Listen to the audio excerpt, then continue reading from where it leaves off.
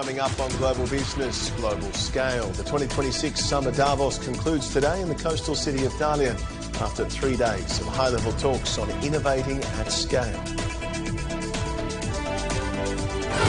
AI in focus. Artificial intelligence takes the spotlight as the 4th China International Supply Chain Expo continues in Beijing. And green homes as Europe swelters under record heat. We take a look at how Germany is promoting more sustainable housing.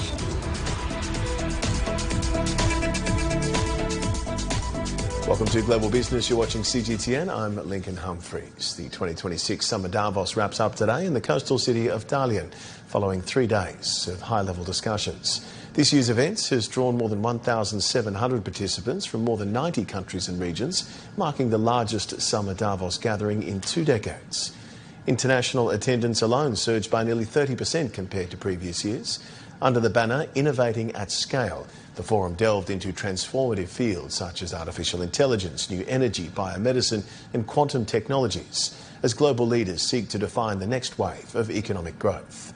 In contrast to the winter edition held in Switzerland, this year's Summer Davos places a stronger emphasis on future-oriented innovation and emerging growth drivers, with a particular spotlight on China and the broader Asian region. The topic of innovation and China's role in it sparked heated debate at this year's forum. Let's take a listen. The Premier put it profoundly. We've moved from being the world's factory to becoming a provider of global solutions. In biopharmaceuticals and health, we used to follow and imitate. Now, standing on a Davos stage, we can confidently tell the world we are offering Chinese solutions for global anti-aging. One of our big propositions as a global firm is to bring the best practices from around the world to our clients. So, for example, personally for me, to my clients in Malaysia, I would love to bring them on more go-and-see visits to China so that they can see the latest and greatest innovation happening on the ground here and learn from it, right? Geographic boundaries should pose no borders when it comes to learning from the latest and greatest on innovation. I think China overall creates huge opportunities for the entire world, especially in AI. And first of all, the open source is becoming a foundational technology for a lot of the startups around the world, right? In Europe, in Southeast Asia, and also U.S. No one country can undergo, even the States or China can undergo everything by itself. So, and then we see that it hinders innovation, right? So as global innovation advance, partnerships definitely always important and one of the key issues to impact innovation. So I believe China as one of the key stakeholder of global, definitely as global innovation continues, China will definitely advance and bring in its power towards global innovation. During the forum, our Yu Bo-kun sat down with Samaila Zubaru, President and CEO of Africa Finance Corporation, to discuss the potential and future direction of China-Africa cooperation. So I want to touch on China-Africa cooperation overall. What do you think would be the future for bilateral economic cooperation, especially after launch of the zero tariff policy earlier this year? So again, another very important opportunity. You know, today, Africa has 1.5 billion people, growing to 2.5 billion people in 24 years. You know, I think that the cooperation between Africa and China has to go, you know, from just building infrastructure to building competitive economies. You know, and I think that the combination of the vast resource base in Africa with China's clearly demonstrable industrial scale, you know, is something that we can combine together to build future economies. You know, the Premier yesterday talked about Opportunity 2.0, you know, and for me that is Africa's opportunity as well as opportunity for the rest of the world. I think that we can take advantage of the low-cost technologies that exist here and the fact that there is so much innovation happening here that can be deployed on the continent. And I'm actually I would say, encouraged by conversations I've been having. I've been having conversations with Chinese businesses seeking to grow into Africa. And a lot of them are thinking about having, processing done in Africa. Africa has some of the largest, resources. You talk about bauxite, talk about lithium, talk about gold, vast resources. And we are the market. So if you consider the fact that we are the fastest urbanizing region in the world. And on the sidelines of the forum, World Economic Forum Managing Director Sadia Zahidi told my colleague Michael Wang that chief economists remain bullish on China's innovation-driven transition despite mounting global headwinds, while warning that AI productivity gains and economic resilience will take longer to materialise in an era of persistent geopolitical shocks and protectionist pressures. It was said at the chief economists briefing here at the Summer Davos that the global economy right now is surprisingly resilient. And yet in your chief economist's outlook, looking forward, 9 out of 10 economists believe that economic conditions will worsen. So what do you think are the risks that are really testing that resilience right now? The global economy has been relatively resilient, but if this current uncertainty after uncertainty, shock after shock continues, then the next 12 months could be looking far more complex. 94% are expecting inflation to go up around the world, and that is a combination of what happened in terms of rising tariffs around the world, rising protectionism, rising geoeconomic issues, combined then with the geopolitical conflict. Now, let's see, there are some more positive signs at the current moment, and I think we heard that in the chief economist briefing here as well. There were certainly some people who felt that things were going quite well. And certainly the view from China was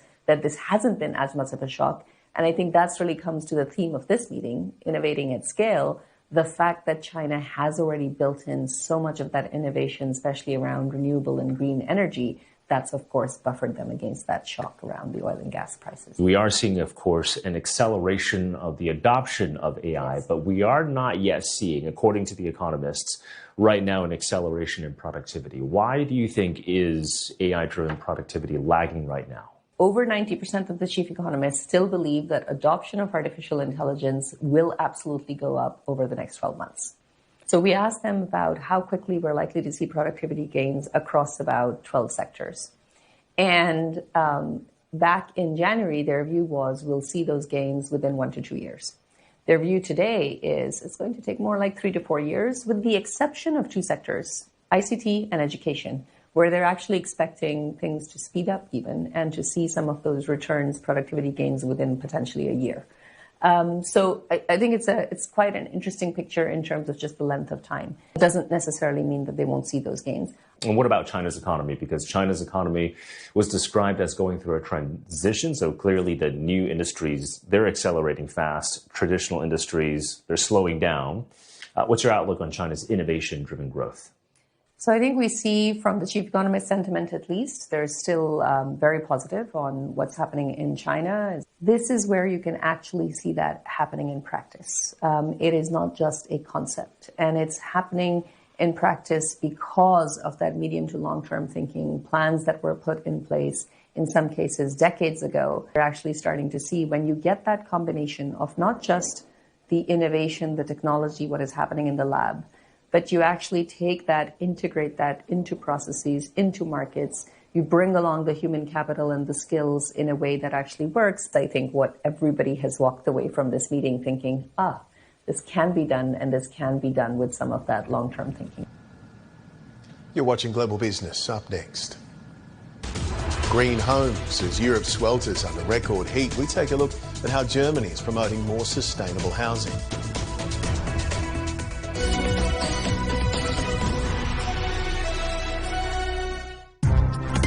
Supply chains. How China and the world are working together to make them more resilient than ever. Closing gaps across links. Connecting consumers, businesses, markets, and nations. This June in Beijing, the 4th China International Supply Chain Expo brings the world's leading experts and companies together in one place. Watch CGTN for comprehensive coverage of the latest trends in technology. June 22nd to June 26th, only on CGTN. Innovating at scale. At the 2026 Summer Davos in Dalian, China, leaders converge to shape the future of the world economy. From trade routes redrawn and industries reinvented, to AI that must deliver more than promises, and clean energy rewriting the rules of competitiveness. We're there to bring you the voices driving global change.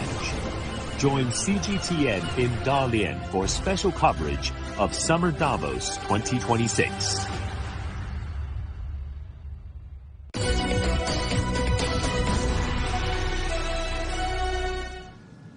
China has set a 2030 target to build a preliminary low-carbon, safe and efficient new energy system.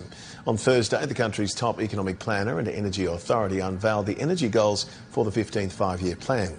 The blueprint caps total energy production at 5.8 billion tonnes of standard coal equivalent, while coal and oil consumption are set to peak. Non-fossil fuels will account for 25% of the energy mix, and wind and solar installed capacity will exceed 50%, making renewables the dominant power sources. The plan also aims for full self-reliance in key technologies and equipment across the entire energy supply chain. This year's China International Supply Chain Expo opens to the general public visitors on Thursday. At the Expo, consulting firm PwC unveiled its latest report on global AI performance, offering a detailed assessment of Chinese enterprises' readiness for artificial intelligence, highlighting both their current competitive advantages and significant room for future growth. Our reporter Zhu Zhu sat down with Hermione Hudson, Chair and CEO of PwC China. PwC has been participating at the China International Supply Chain Expo for several years. So how do you see China's position in the global supply chain? China has a leading position in the supply chain. Our report is an AI performance survey. We've looked at lots of companies across the whole of the world, and we've measured 60 different metrics in our AI fitness index. We've measured things across two different pillars: AI foundations and AI usage.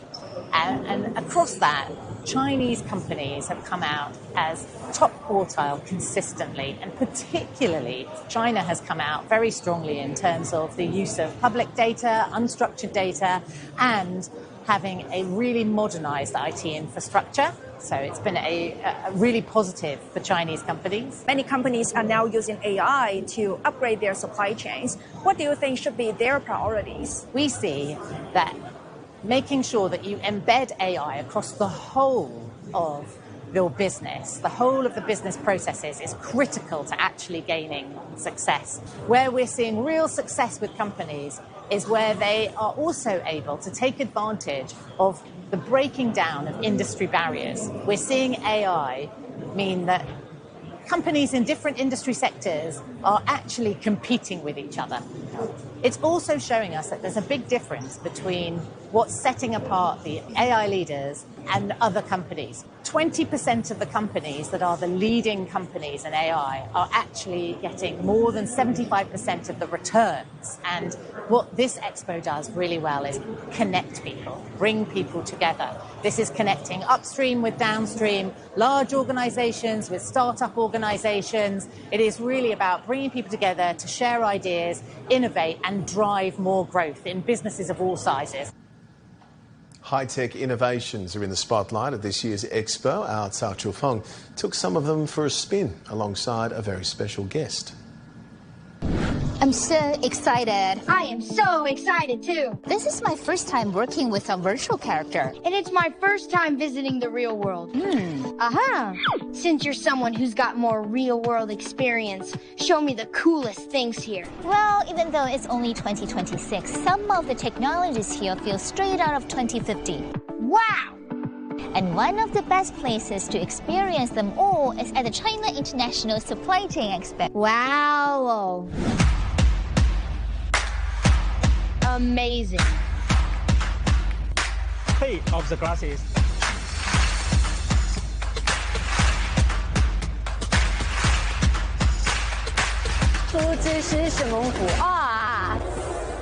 This is the land aircraft carrier. It is the world's first car with an aircraft stored in the trunk.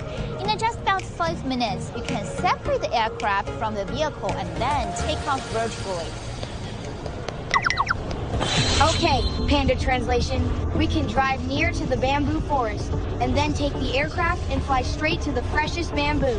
But I wonder, how far are we from seeing these carrier vehicles become part of everyday life? I'm curious too. You'll shortly see our land aircraft carrier vehicle driving on public roads, while actual flights can be experienced and witnessed at our designated flight camps across the country. That land aircraft carrier was amazing. But what if I want to hike into the mountains for bamboo? I think I know the right product for you. Show me! Show me!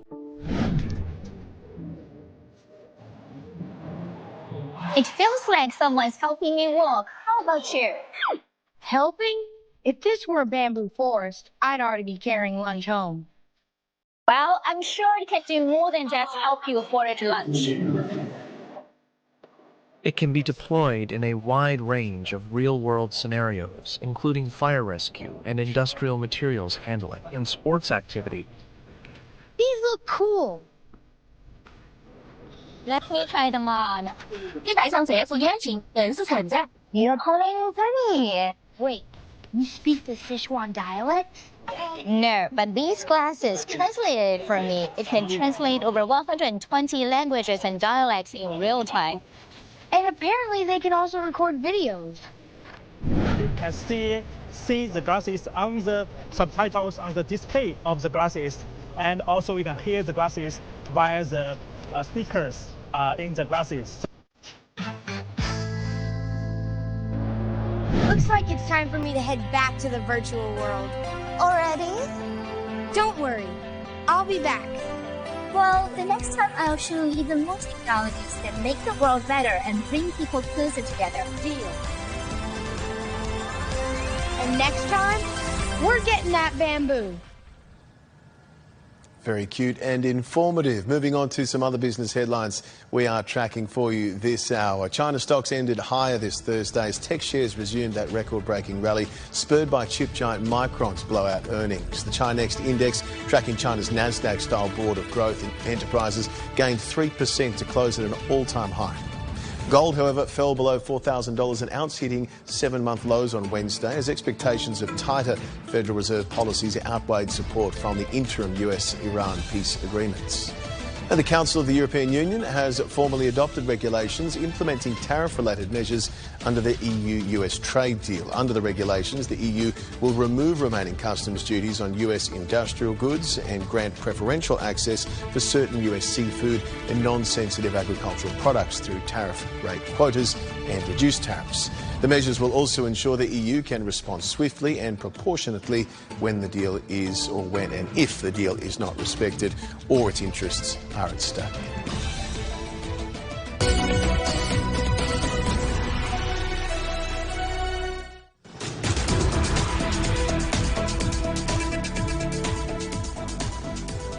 The European Central Bank says the European Union's economic outlook is still uncertain, adding that it will make future rate decisions partly based on the Middle East conflict's impact on inflation.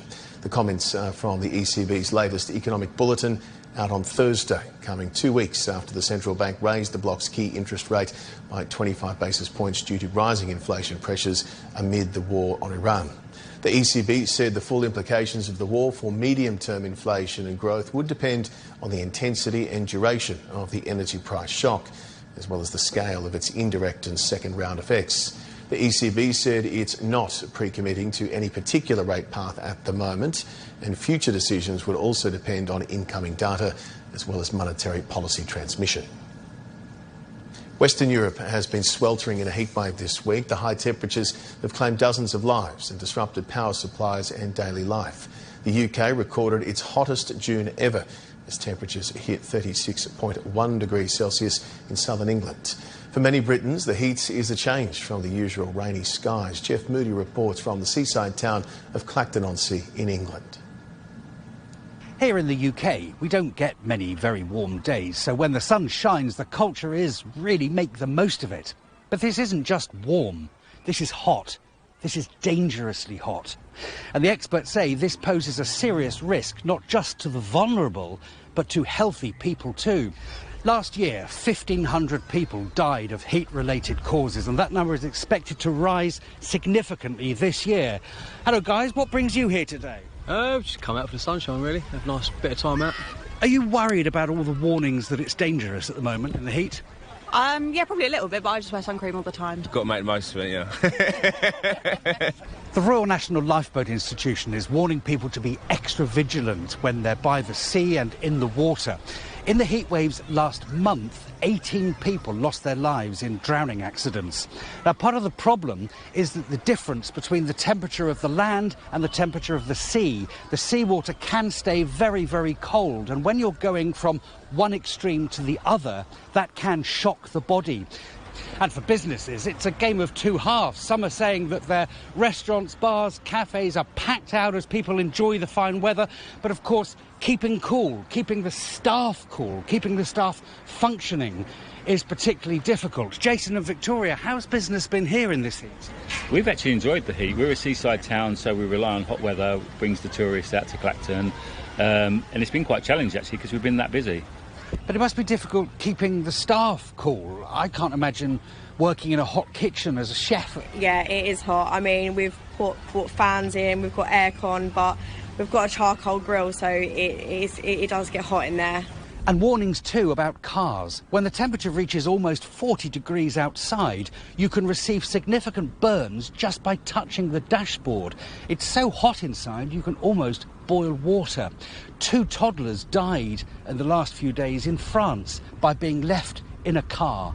And the usual warning, do not leave your pets inside a vehicle.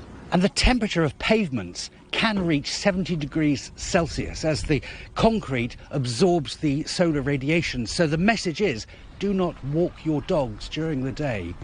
Well, extreme heat waves are a novelty here in the UK right now, but experts are warning they will become more extreme, more longer lasting and more deadly in the future. So the message is, enjoy them while they last, but stay safe.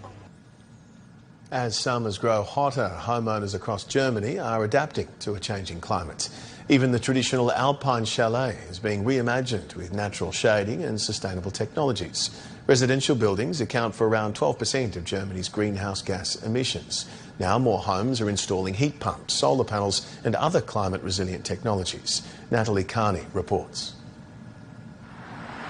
Built from local timber to withstand harsh alpine winters, southern Germany's iconic chalets are now topped with solar panels to cope with longer, hotter summers. As temperatures rise, climate-resilient housing has become a major factor in how Germany adapts to the challenges of climate change. According to Germany's Federal Statistics Bureau, 75 to 85% of new builds here in Germany last year, 2025, incorporated at least one major climate-related technology, such as heat pumps or solar panels. One of those was Jessica Galinsky. So this is our Wärmepumpe. With her husband, she insisted that climate solutions were incorporated in the new house they built. We did it because we feel like the climate is getting hotter and we wanted just quality of life. I think we were thinking really long term when we bought this house, and we were willing to spend the money a little bit more up front and in return be able to save money in the long run, especially with like the craziness of the world right now. Fully electric homes like Jessica's have much less exposure to soaring gas prices than gas-heated homes. Heating pumps are up to 3 to 4 times more efficient than traditional electric resistance heaters, helping to keep operating costs competitive. And with Germany's state-owned development bank providing subsidies of up to 70% towards heat pumps, they're gaining popularity fast, keeping companies specialized in sustainable construction, such as Greengineers, Herzlich willkommen bei den Greengineers. very busy. If we focus on cooling, we see huge advantages for single-family homes, specifically those where the roof area is well suited for a photovoltaic system. The reason is that when the sun is out and solar gain is at its peak, we have exactly enough electricity to run a cooling system. In many buildings, cooling in the summer can be perfectly powered by electricity from the PV system. These savings usually fall in a double-digit percentage. Solar installations in Germany are growing by around 15 to 20% a year, with millions of households now generating their own power from rooftop panels. Green roofs, shading systems, and other cooling technologies are also becoming increasingly common as residents adapt to hotter summers and rising energy costs without having to sacrifice traditional design. Natalie Carney, CGTN, Munich. As extreme weather grows more frequent, one question looms. Is this the new normal? Meteorologist Jacqueline Whittle has been following this. Let's take a look. Well, this is it, right? We're always talking about this is so out of normal. This is not normal. It is actually the new normal. Sadly, we are going to see these prolonged, ridging jet stream patterns like what we're seeing with this. We're calling it an omega block because the upper level winds, the jet stream, is taking on that omega Greek symbol sign. And what that means is it's parked for days on end and impacting people like folks predominantly in France, who has been really hit the hardest. I mean, some of these numbers are astounding, with temperatures reaching 44.3 degrees Celsius at one point this week. Bordeaux, France, which is no stranger to heat, but certainly not this early in the season, 41.9 degrees is what they reached on Monday in Bordeaux. And then the following day, 42.1. I mean, these are even in July, in the peak heating time of year for Europe. This is way above seasonal. So relief is coming. But yeah, it's definitely an anomalous year for sure. Everybody thinking the same thing. And sadly, so many people have lost their lives trying to take refuge from the heat in, local creeks and streams, and just an awful outcome. It reminds me actually of an event we had in 2021 here in Canada, where we had 619 fatalities due to many of the same reasons that we're seeing in Europe. Not a lot of air conditioning units in parts of Vancouver that particular time. Now, that's been 5 years from now. Maybe more have been installed. But sadly, like I said, this is that new normal. What we are looking at is some relief Friday and Saturday, getting still hot into the mid-30s, and then finally better relief coming into the weekend and into the long range, which should take us back down to seasonal, still by no means cool, but upper 20s, but also looking for some rain and some cloud to give folks some relief. Hope you're keeping cool wherever you are. That is it for this edition of Global Business. I'm Lincoln Humphreys in Beijing. You've been wonderful company. We'll see you next time. Goodbye for now.